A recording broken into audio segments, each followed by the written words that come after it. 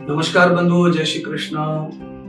हमारे समाज में बहुत सारी भ्रांति किंवदंतियां हैं, जिसमें से एक भ्रांति ये भी है कि बिल्ली रास्ता काट जाए तो यात्रा नहीं करनी चाहिए, हमें थोड़ा रुकना चाहिए और वो अशुभ होता है। हाँ, अशुभ होता है क्योंकि बिल्ली जो है ऐसा जीव है जिसमें नेगेटिविटी अधिक मात्रा में है।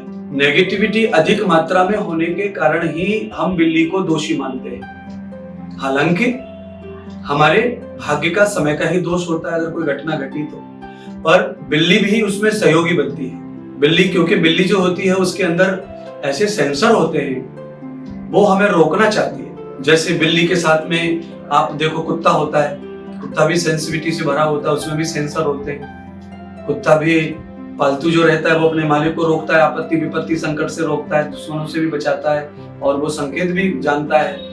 और जब जब भूकंप आते हैं, कुछ आते हैं तो कुत्ता पहले से ही संकेत करते हैं। तो ऐसे बिल्ली जो है कुत्ते का ही जाति प्रजाति में आती है।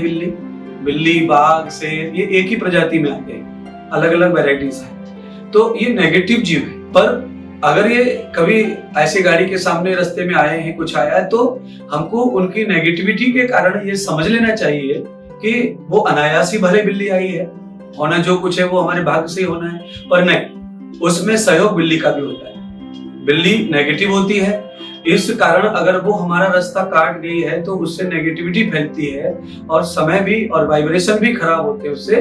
तो उसके लिए हमें चाहिए कि हमें उस समय थोड़ा रुक जाना चाहिए। ना तो बिल्ली को देख के 1 मिनट अगर हम देर से जाते हैं, रुक जाते हैं तो कोई फर्क नहीं पड़ता है। गाड़ी से उतर के थोड़ा पानी पिए, मुंह धोए और समय को, अगर मन में भ्रांति है तो उस भ्रांति का संकेत समझ के 1 मिनट मुंह धोकर पानी पी करके संकेत करके परमात्मा का नाम लेकर के आप आगे बढ़े।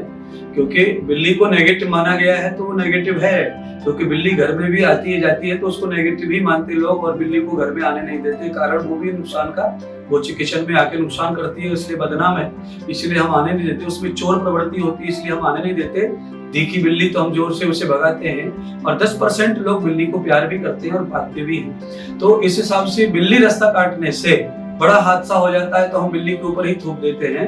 तो होता तो सब हमारे भाग्य के कारण ही है, पर बिल्ली भी उसमें सहयोग मानी जा सकती है।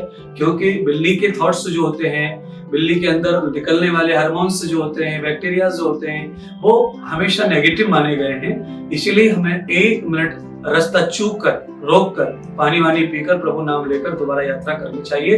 क्योंकि कोई भी डर या भ्रम हमारे दिल में चल रहा है तो उसको पालन करने में हमारा कोई घाटा नहीं है, तो मानना चाहिए। और हमें बिल्ली रास्ता काटने पर हमें थोड़ा रोक करके जाना चाहिए, उससे हमारा संकेत और भ्रम भी निकल जाता है और समय का भी बोध होता है। तो परमात्मा की इच्छा से समय का बोध है।